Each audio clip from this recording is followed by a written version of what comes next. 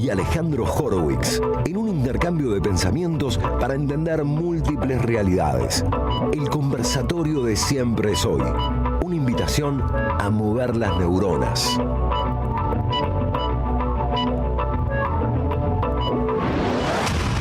Antes la competencia era insuficiente.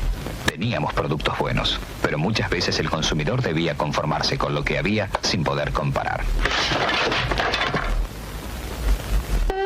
Ahora tiene para elegir, además de los productos nacionales, los importados. Quisiera destacar lo que yo considero son 12 puntos fundamentales a través de los cuales se puede medir la profundidad de la transformación que hemos llevado a cabo. En primer lugar, la libertad de precio, la libertad de importar con la eliminación de las prohibiciones, cuotas, licencias. Esta administración está empecinada en reducir el costo argentino en la totalidad de la vida económica nacional, para así mejorar la competitividad de todos los sectores productivos. Vinimos a achicar el Estado para agrandar el bolsillo a ustedes. No importa cuántas regulaciones quieran inventarse para proteger a los trabajadores. Cualquier regulación que atente contra el valor de la moneda y contra la capacidad del sector privado de generar riqueza, lo único que genera es más pobreza.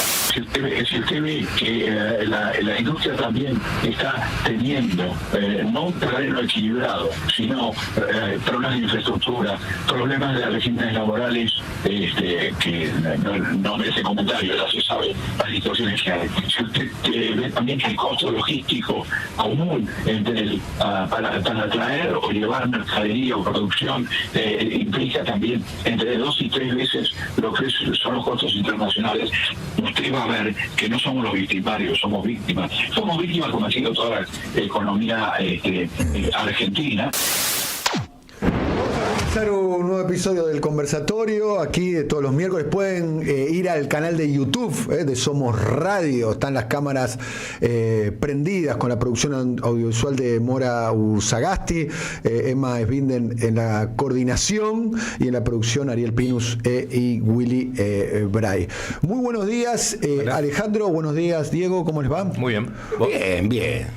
Tenemos varias cuestiones para analizar. Después vamos a estar analizando el discurso que dio el Día de la Industria el presidente Javier Milei el 2 de septiembre, reversionando lo que había dicho en su momento Martínez de Oz, primer ministro de Economía de la dictadura, diciendo hay que achicar el Estado para agrandar la nación. En este caso, la versión más brutal de Javier Milei es hay que achicar el Estado para agrandarle el bolsillo a ustedes, le dice a los empresarios. Martínez de Oz todavía distinguía entre la nación y el bolsillo. Él cree que el bolsillo y la nación son prácticamente lo mismo. Y después está el discurso de en cadena nacional de José Alfredo Martínez de Oz, que fue una figura emblemática de la historia económica argentina. Bueno, vos hasta tuviste la oportunidad de conocerlo y demás. Levantás las cejas. En efecto. Martínez de Oz era un personaje particularmente interesante, entre otras cosas, porque tenía una idea de clase.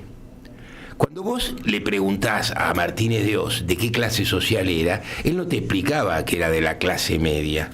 Él te explicaba que él había nacido con enormes privilegios sociales y personales que le habían permitido un desarrollo muy importante y por eso tenía una responsabilidad diferencial. Él creía que estaba obligado a ocuparse de la cosa pública y que la tarea que estaba haciendo era absolutamente decisiva. En un libro donde termina el último trabajo, donde dice: nosotros lo que logramos hacer fue cambiar la mentalidad de los argentinos. Por eso es tan inteligente arrancar en el discurso de Martínez de Oz para desembocar en el Javier Milei, porque muestra un hilo de continuidad ininterrumpido. Bien, después vamos a pasar un segmento de Javier Milei y cómo dialoga, porque vos escuchás el discurso de Martínez de Oz y el programa de Javier Milei y es idéntico, casi que no hay una mínima diferencia. Es más, en términos semánticos, el de Milei es más brutal, como hemos visto diciéndole, vengo a enriquecer los bolsillos de ustedes a los empresarios. Diego, fin de los eufemismos también se podría decir, ¿no? Claro. Es decir, que la tarea de ocultar ideológicamente, poner un nombre por una cosa por la otra. Donde hay bolsillos, no digas nación. Decí bolsillo. Donde hay un grupo, no digas clase dominante. Decí grupo interesado en aumentar la tasa de ganancia por medio de la eliminación de mediaciones sociales que fueron construidas en momentos en donde las relaciones de clase obligaban a que las mediaciones fueran otras. Desmontemos estas mediaciones para que la tasa de ganancia aumente.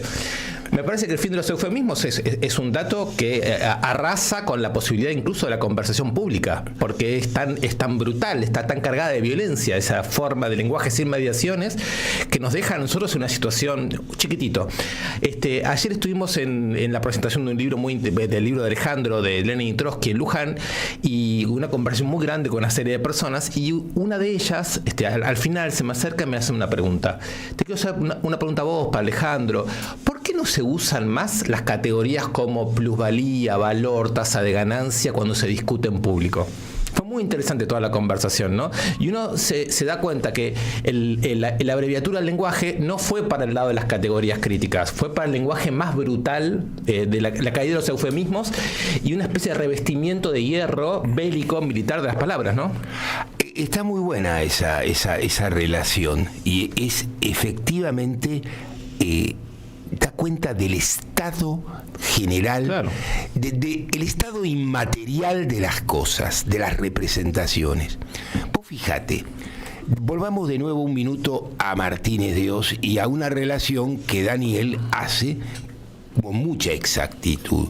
El discurso del 2 de abril de 1976, que es el discurso programático de José Alfredo Martínez de Oz, donde transforma el Rodrigazo no en ensayo, sino en programa permanente, en el nuevo programa del Partido del Estado, que los distintos partidos del gobierno tienen que ejecutar a su manera y en sus términos. Cuando nosotros le echamos la culpa al fondo, estamos simplemente de nuevo haciendo un eufemismo. El fondo es una auditoría contable internacional del sistema financiero que además presta plata cuando nadie te presta plata, porque ya estás en el horno. Pero el determinante, los que deciden esta cuestión, no es el fondo, son los que obtienen la ganancia, los que se llenan el bolsillo, los que abiertamente Milei les dice: vengo a agrandar el bolsillo de ustedes. Alejandro, te pregunto algo. ¿Vos compararías en ese sentido a Martínez de Oz como el sucesor en términos de constitucionalismo económico argentino después de Pinedo? ¿Lo compararías con Pinedo como grandes puntos de inflexión del modo de acumulación? Y si fuera así, ¿dirías que todavía estamos en Pinedo, estamos hablando Federico Pinedo, el ministro de Economía de Justo. La década infame. Así es. Pero hasta donde yo recuerdo era un promotor de la sustitución de importaciones. No solo era el promotor, es uno de los inventores del problema. Pinedo en 1940 diseña varias cosas. Vale la pena contar muy brevemente. Es Federico Pinedo, vale decir... El tío abuelo de este Pinedo. ¿Tío abuelo o abuelo? Bueno, no importa. No estoy seguro, bien, pero es del palo. Eso 2 generaciones después. Sí. Pinedo, en 1940, Gran Bretaña era un país que tenía que soportar en soledad el bombardeo diario de la Luftwaffe alemana. Estados Unidos todavía no había entrado en guerra. Hitler venía ganando la guerra por paliza, había tomado Francia en 4 semanas y era el dueño de toda Europa y todavía no estaba en guerra con Alemania. Entonces Pinedo en ese momento ve, primero, que el gran vencedor de esa guerra van a ser los Estados Unidos, que todavía no entraron en guerra, pero van a entrar en guerra. Que Gran Bretaña entra en eclipse, que los Estados Unidos es la nueva potencia hegemónica, que la Argentina necesita un programa de sustitución de importaciones, pero no a escala del mercado nacional, a escala sudamericana. Entiende en 1940 lo que 3 docenas de pibes en este mundo, entre entre ellos Lord Keynes, entendían en Londres. Dicho hasta ahí, Pinedo organiza la visión de las clases dominantes argentinas para todo un periodo. Así es. Martínez de Oz es el segundo en esa cumbre de comprensión para las clases dominantes del programa para todo un periodo. Y si es así, te pregunto, Alejandro, esto, ¿todavía es así? ¿Todavía es vigente el programa de Martínez de Oz? Acá viene. El programa Martínez de Oz produce una deuda descomunal. El problema entonces es cómo se gobierna la deuda. El gobierno de la deuda supuso 2 intervenciones a posteriori. Martínez de Oz tiene una intervención muy importante en la organización de ese programa, pero el que redondea ese programa es Domingo Cavallo, transformando la deuda privada en pública. Bien, y esta etapa actual, vamos a escuchar, pongamos el tape número 1, Martínez de Oz, para que escuchen que el programa de Martínez de Oz, el programa de la dictadura, es idéntico a este, idéntico, escúchenlo, no es la voz de Martínez de Oz hablando, Milei hablando con la voz de Martínez de Oz.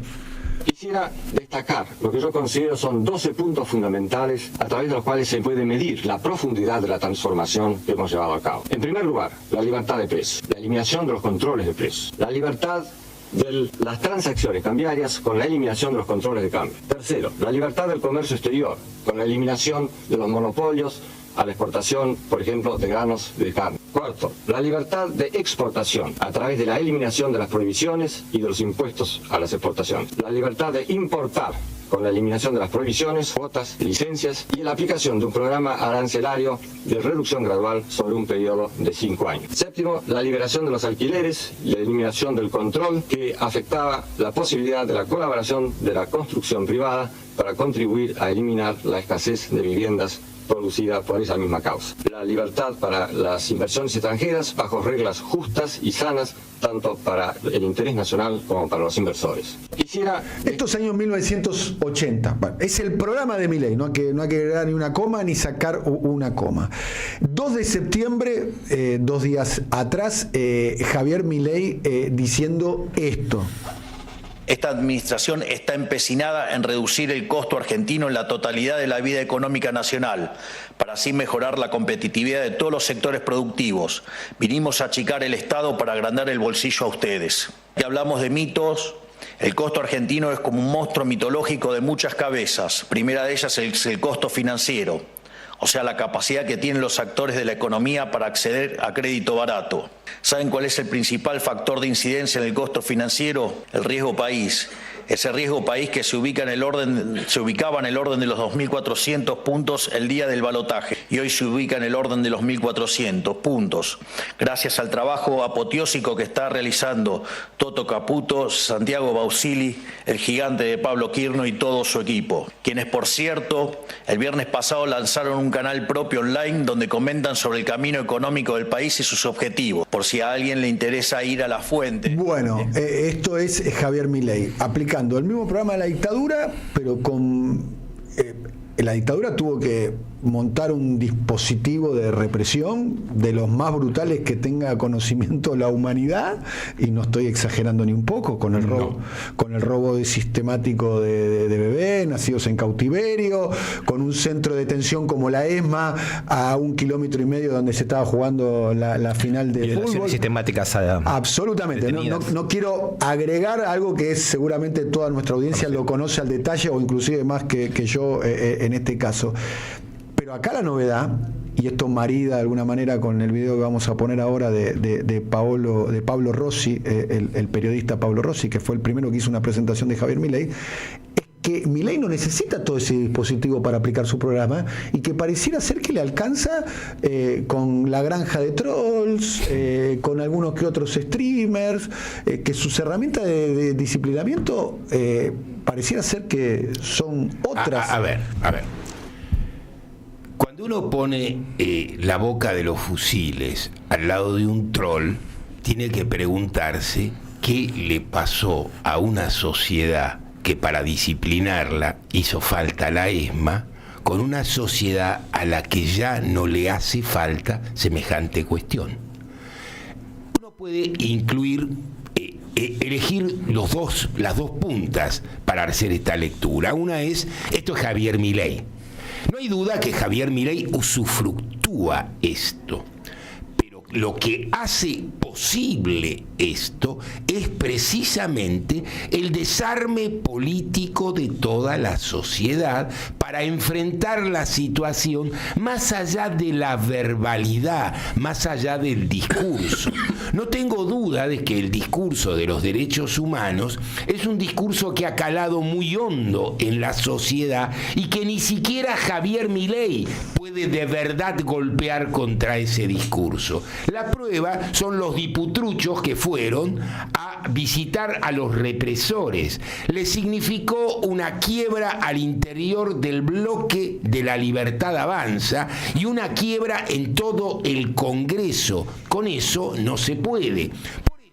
La vicepresidenta elige, a mi ver, otro camino, que ya no puede ser la glorificación explícita de los represores, sino el enmierdamiento explícito de los reprimidos que combatieron.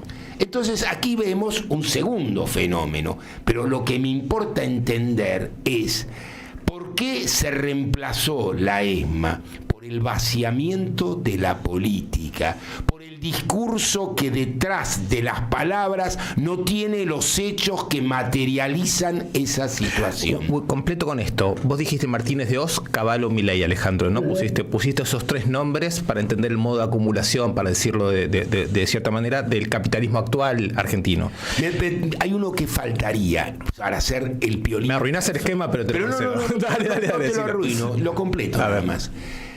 Así sucedió, ¿no? Dale, es que sí, por supuesto. Primero vino el programa de En realidad Martínez de Oz toma el plan Rodrigo y lo lleva de ensayo a política general del Estado. Después viene Cavallo, que tiene que poner esa situación en caja por el peso de la deuda privada en las empresas privadas, que en 1982 les permitía a los bancos quedarse prácticamente con todo y al Banco Nación ser propietario de la pampa húmeda. Porque las deudas de la pampa húmeda, de los productores de la pampa húmeda, eran sencillamente descomunales. Lo que les había costado el alambre del campo valía más que el campo. Esta era la situación. Entonces, Cavallo tiene que poner eso en caja. ¿Y el tercero? Y el tercero es Alfonsín, es el plan Primavera. Esto es, cómo lidiar con una deuda de ese tamaño que el Estado tiene que asumir. 8 puntos del Producto Bruto son intereses de servicio de la deuda.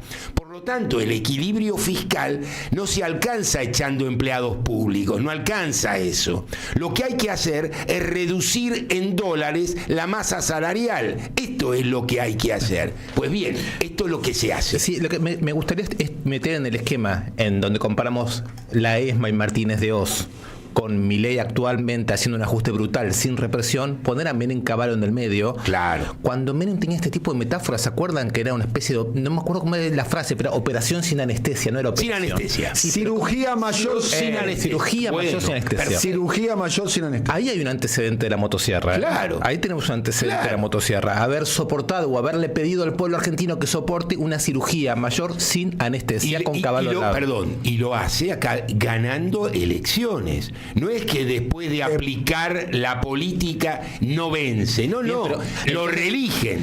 Quizás lo que se puede pensar es que la democracia política del 83 para acá, alfonsinismo, menemismo, Milei incluido, kirchnerismo excluido desde mi punto de vista, es una evolución en la capacidad de subordinar a la población y hacerla soportar lo que de otra manera solo debería ser soportado con una guerra abierta, con tortura, terrorismo de Estado. Entonces ahí tenemos el conjunto de metáforas que la democracia fue desarrollando para obligar a la población a soportar dolor y sufrimiento. Es un tema de análisis en sí mismo, ¿no? Sin duda. Hagamos un punto acá. Hay un video que está circulando y que yo tomé conocimiento de este video por la cuenta de Twitter de quien se define como el Gordo Dam, que es algo así como el jefe de los trolls o el jefe de la triple A digital, de la patrulla digital que sostiene las ideas de Javier Milei. En el video aparece alguien que es muy conocido, que es el periodista Pablo Rossi, que es un periodista cordobés, que es el periodista que el primero que llevó, es un detalle que a mí me gusta subrayar, el primero que llevó a un set de televisión, o sea, que hizo la presentación pública ante la sociedad, a Javier Milei, en aquel momento acompañado por su socio y amigo, ex socio y ex amigo, Diego Giacomini, al programa de el doctor Mariano Grondona. En ese momento el coequiper de Grondona era Pablo Rossi. Esto es un análisis, es un mensaje de Pablo Rossi en la sociedad rural de la provincia de Salta. Presten mucha atención, dura algunos minutos, no sé si lo vamos a poner completo, pero para que ustedes se puedan ambientar de algún modo. Y después vamos a mostrar la foto. Es una foto que es muy impactante, la foto. Tiene como protagonista a Victoria Villarruel, que está acompañado de 4 hombres.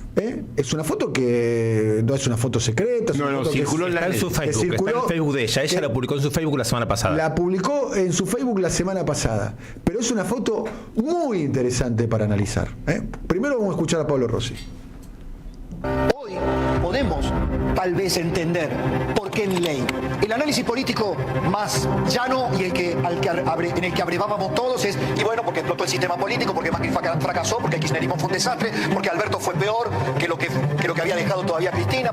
Pero hay algo más profundo, porque todo eso no termina de explicar un hecho absolutamente inaudito para la sociedad argentina: el aguante. Esto que parece un término futbolero de las hinchadas. Esta actitud estoica de gran parte de la sociedad argentina, de estar viviendo, protagonizando y sufriendo un ajuste económico formidable al que todos los manuales de la política decían: no hay que hacerlo porque se vuela por los aires, no hay que hacerlo porque se vuela por los aires. Todos estaban esperando que Milei hiciera lo que decía que iba a hacer para que volara por los aires. Y acá está la sociedad. ¿Dónde están los piqueteros? ¿Dónde están los planeros? ¿Dónde están los activistas? ¿Dónde está el pueblo obrero? ¿Dónde está la izquierda? Derrotada. ¿Por Milei? No. Por la realidad. Por la sociedad, por la mayoría silenciosa, estoica, que sin gritar, grita. Quizá por millones de jóvenes que dijeron basta. Ese fenómeno es mucho más profundo que una lectura lineal partidocrática. La pandemia, con la cuarentena perversa, lo puso al Estado y ofició como una revelación. Aunque no lo racionalizáramos así, vimos que el Estado hipócrita, que decía que nos salvaba, que nos iba a dar de comer, el Estado, papá Estado hace todo, en el Estado encontrás todas las respuestas, te subsidia, te cuida, te cura. Ese Estado podía ser un carcelero atroz, y eso hizo la cuarentena. Mostró un Estado abusador, mostró un Estado hipócrita, mostró un Estado... Pablo Rossi, sacando algunos términos y algunos modos, el análisis que hace el periodista Pablo Rossi es un análisis que yo creo que es, por lo menos, interesante como punto de partida.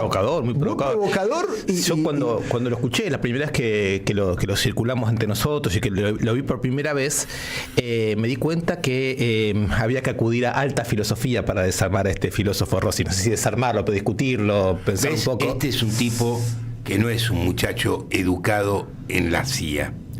No hizo el cursito de 4 semanas en una universidad. No es Laje, decís. No. Este pibe, yo le conozco la biografía con cierto detalle. Es un cuadro del desarrollismo. Viene de la tradición de Rogelio Frigerio. Bien, ahora yo creo que él está viendo Esto algo... quiere decir que él leyó los mismos libros que leímos algunos de nosotros, claro. No del modo en que los lee Laje. Lee y entiende lo que lee. Lo que acaba de postular es que hubo una derrota descomunal, sí, y que esa derrota descomunal tiene distintas estaciones. Porque conviene recordar, cuando surgen los piqueteros, eran un invento. El piquete era un invento popular de alguien que no puede, mediante una huelga, detener el flujo de la actividad y corta una ruta en el horario adecuado para además tener visibilidad mediática. Es decir, alguien que es capaz de cambiar la agenda pública a partir de una intervención. ¿En qué se transformaron los piqueteros? En planeros. Y así podemos entender distintas versiones del movimiento popular, dinámico y social, que al ser cooptado termina siendo simplemente una dependencia pública. Sí, me gustaría dar una vueltita más, si me dejan un segundito, porque estuve consultando un libro de otro italiano que lee bien, creo que lee un poco mejor, se llama Paolo Virno, que tiene un libro extraordinario que se llama Sobre la impotencia, cuya bajada es la vida en la era de su parálisis frenética. ¿Qué me interesa de esto? Virno describe muy bien cómo es la estructura del trabajo precario. Entonces yo retomo el hilo de Alejandro diciendo esto: aquel movimiento piquetero, es decir, esta parte del movimiento obrero, que es el trabajo precario, está entrenado en soportar, está entrenado en aprender a soportar lo imprevisible, estar todo el tiempo en la calle, todo el tiempo en velocidad, todo el tiempo buscando la oportunidad, todo el tiempo pendiente de la aplicación, todo el tiempo a la intemperie. Este precariado fue sobreentrenado en su capacidad de soportar. Precariado, trabajo precario, jóvenes trabajadores del mundo precario. El término. Sí, yo también. Precariado. Viene del lenguaje, neologismo, pero viene del lenguaje de la izquierda autonomista italiana, que trabajó ya desde los años 80 con el trabajo precario, claro. Pero trabajó muy pegado a ellos y tiene una sociología muy fina respecto de cómo el capital. Precariado es el pibe de Rappi. Exacto. Call center, el Rappi, los servicios con contratos absolutamente claro, uberizados. Exactamente. Aquello que se llama trabajo colaborativo. Sí, pero acá lo que el precarizado quiere decir, por un lado, que el sistema de contratos es muy precario, que las condiciones de trabajo son muy precarias, que la forma de vida es muy precaria. Y que fíjate vos, una de las características que plantea Marx para la constitución de la clase obrera y la transformación de artesanos en proletarios es que los medios de producción que un artesano dispone, un obrero ya no los dispone. Fíjate lo que es el trabajo precarizado en Uber, por ejemplo.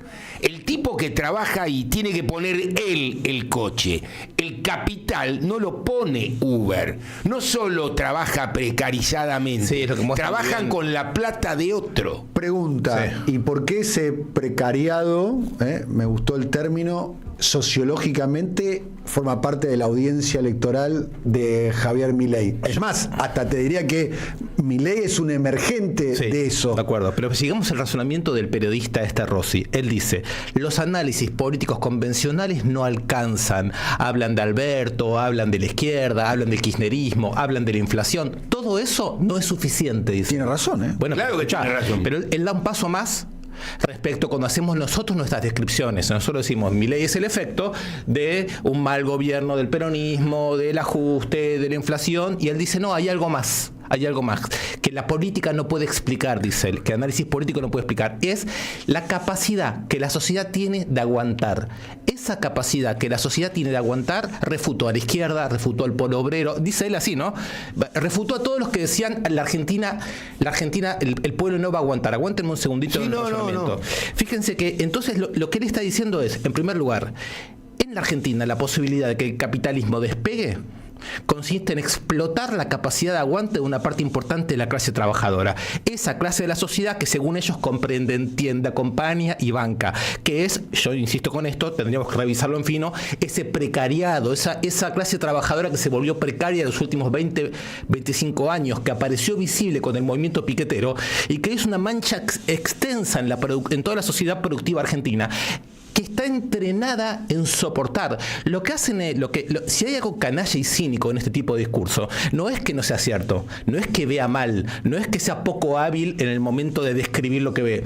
Lo que es muy canalla es que vuelve virtud pública un sometimiento, una capacidad de soportar, un entrenamiento, un orgullo del soportar, que los vuelve virtud pública, los vuelve tasa de explotación y los vuelve, digamos así, como el nuevo sujeto de una derecha que aparece refutando el mundo de las rebeliones y de las igualdades.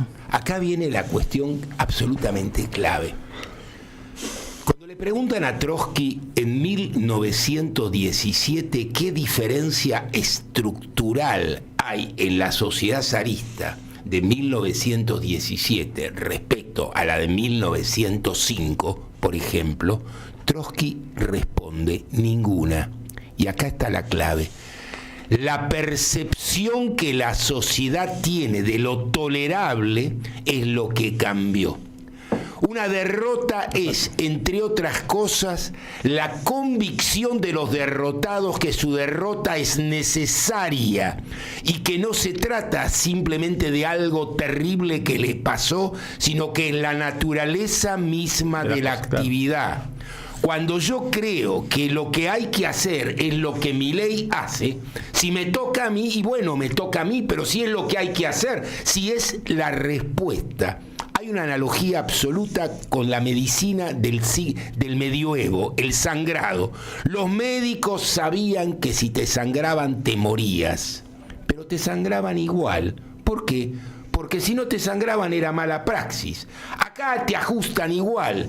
¿Por qué? Porque si no ajustan es mala praxis. Sirve el ajuste. 40 años de ajuste no demuestran que lo único que el ajuste produce es más ajuste, más pobres, más inflación. Y una gran pedagogía en aprender a Pondría la excepción, después si quiere lo profundizamos, porque quiero ir a la foto. En los 40 años está el kirchnerismo, que me parece que hubo una expansión de distribución del ingreso, ¿no? Hubo una expansión del ingreso y en ese sentido sí, realmente es una pongamos al kirchnerismo, me parece Daniel, ponerlo como una excepción de todo este tipo de procesos. Después tendrá sus contradicciones internas. Solamente me gustaría señalar esto respecto al kirchnerismo. Claramente es una anomalía en la serie, pero no me parece que haya sabido leer bien lo que se estaba construyendo como precariado. Bien. El kirchnerismo tiene la dificultad de que naciendo apoyado en un conjunto de movimientos dinámicos, los termina transformando en otra cosa. Bueno, ahí hay una dificultad de lectura que no es solo del peronismo o del kirchnerismo de la izquierda, es de todo el mundo popular. Esto no está resuelto prácticamente en ningún lado. No le quiero caer al kirchnerismo en particular. Claro. Quiero rescatar el problema. Acá una última cuestión antes de dejarte pasar. Bueno, el COVID-19 sirvió no en la Argentina, sino en todo el mundo para hacer un descomunal ajuste global.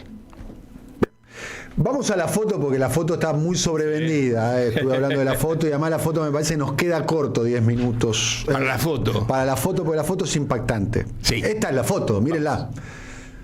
A ver, la vamos a dejar, por favor, y vamos a hablar arriba de la foto. Sí. Le pido por favor a nuestros compañeros. La que ven ahí está claramente, la pueden distinguir, es la vicepresidenta de la Nación. Esta disfrazada de patria. Bueno, está con un poncho que tiene los colores de la bandera argentina. Hasta ahí todo normal. Ayúdenme a describir el resto de la foto. La locación para mí es determinante y los acompañantes son determinantes.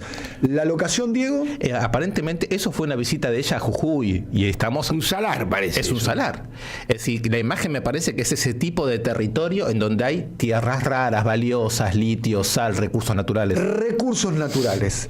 Entonces es Victoria Villarruel en un salar de recursos naturales. Discusión geopolítica del rol de la Argentina en el mercado. Rigui mediante. ¿Acompañado por quién está la foto, Alejandro? Acá viene. Esto parece ser, si yo tuviera que hacer una teatralización de un grupo de tareas, los dibujaría así hoy. No era así un grupo de tareas, de ninguna manera. Un grupo de tareas no eran 4 monos disfrazados de... Eran gente que organizaba una actividad eficaz en tiempo y forma, de una forma extraordinariamente cruel. Pero ni se exhibían, ni se... A ver, Se conocen fotos de los nazis en los campos de concentración, no se conocen fotos de Masera adentro del campo de concentración. Bien, a ver, esta foto, si podemos sacar el zócalo, así podemos verla completa. Muchas gracias. Esta foto está acompañada. Victoria Villarroel, de 4, lo podemos definir de esta manera, grupo de tareas, dijo Alejandro. Yo haría una definición un poco así, si quiere, hasta entre comillas, más benévola o no. Paramilitares, que son un grupo de tareas, sí, claro. Claramente, en el caso del grupo de tareas, eran militares haciendo un trabajo paramilitar, y en este caso subrayo paramilitares, porque son 4 personas que están armadas. Yo no soy un especialista en armas, pero aparentemente algunos tienen armas largas. Las 4 personas están armadas y no son militares formales. No solo lo son. No son formales, o sea, no están vestidos igual y identificados por una solo fuerza. eso, no son uniformes. La relación entre los pantalones y la chaqueta no existe. Es una relación de alguien que le dicen, a ver, Daniel, tráete algo para que parezcas... Vamos a decirlo, los 4 hombres que acompañan a Victoria Villarroel, vayan a la transmisión de YouTube, Somos Radio, y la van a poder ver claramente. Están vestidos diferentes los 4. Así es. Con colores diferentes los 4 de pantalones, todos oscuros, todos pantalones tipo cargo, con calzado diferente, unos tienen botas, otros tienen zapatillas. Acá va, mientras que... O sea, no son militares. No, ni claramente.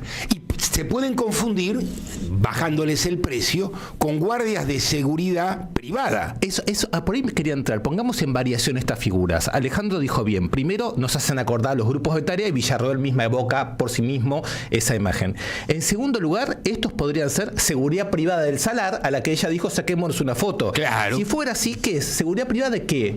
¿De un territorio que está privatizado? Depende cuál es el salar. Yo conozco algunos salares en Jujuy y en Salta que son, yo te estoy hablando de hace algunos años atrás, tampoco tantos, del 2017, del 2018, eran propiedad pública.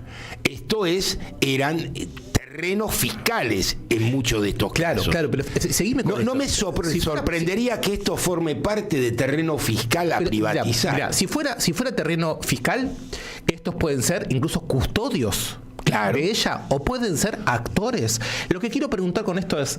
El detalle disruptivo para mí es que se trata de hombres en posición militar no identificados con ninguna fuerza, fuerza legal. ¿Y qué pueden ser si no son grupos de tarea de los 70? Porque evidentemente estamos en otra época.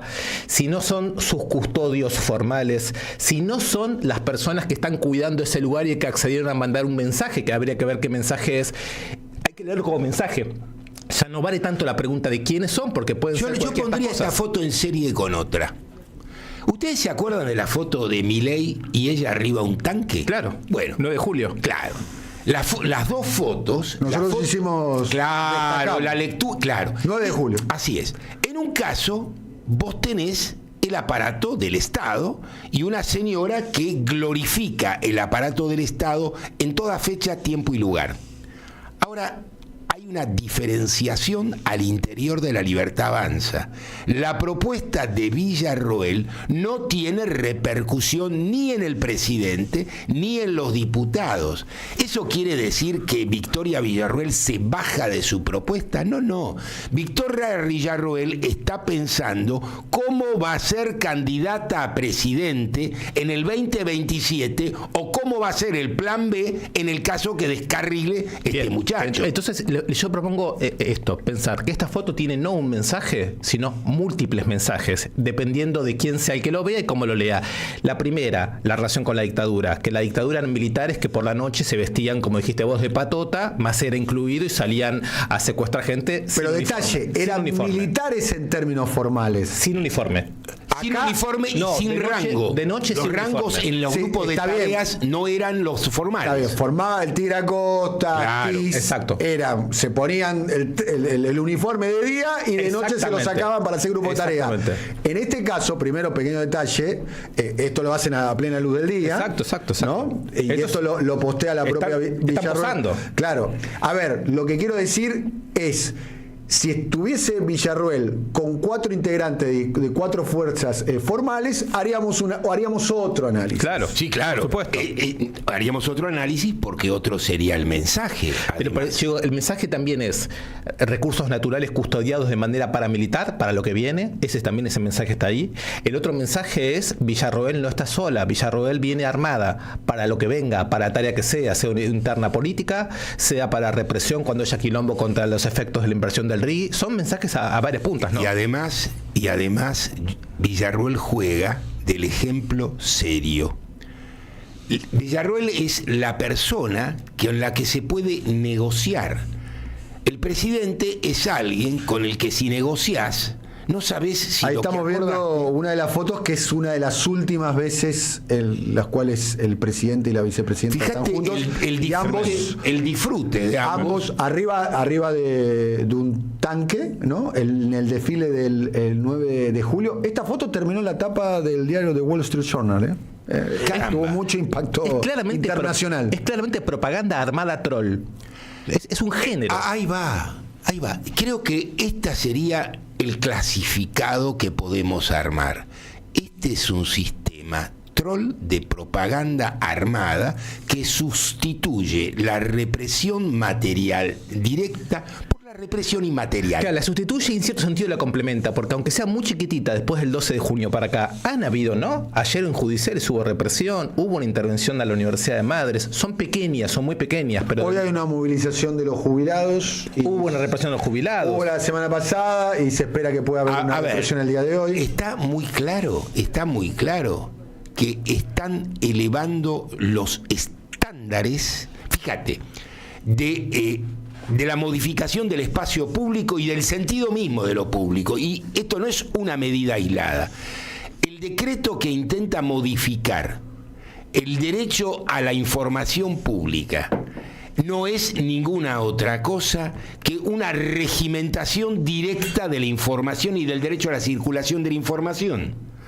Si vos pones esto en serie con el conjunto de medidas, te queda muy claro el carácter nada republicano, nada libertario y de ninguna clase de derechos personales. Es la eliminación lisa y llana de todo derecho que no sea el derecho al sometimiento. Bueno, estamos terminando el episodio de hoy. Quiero agradecer a Silvio Soler, a Willy Bray, a Ariel Pinus y a Lucas Román, que trabajaron en la producción, a San Severino Manón, Martínez Salam, Castro Vicente, que estuvieron trabajando en las redes, y sobre todas las cosas, bueno, a Ariel, que estuvo trabajando mucho, a Mora Ursagasti, que estuvo haciendo la producción audiovisual, la edición, le agradecemos mucho, y sobre todo quien hizo la coordinación del streaming, Emma Sbinden. Agradecemos a nuestros compañeros que estuvieron trabajando en la puesta del aire. Gracias, querido Diego. Dani. Será hasta la próxima. Gracias, querido Alejandro. Será hasta la próxima. Estamos entregando con una puntualidad británica, hasta hasta el día de mañana, nos vemos el día de mañana. Chao, ya llega Feli Bonavita.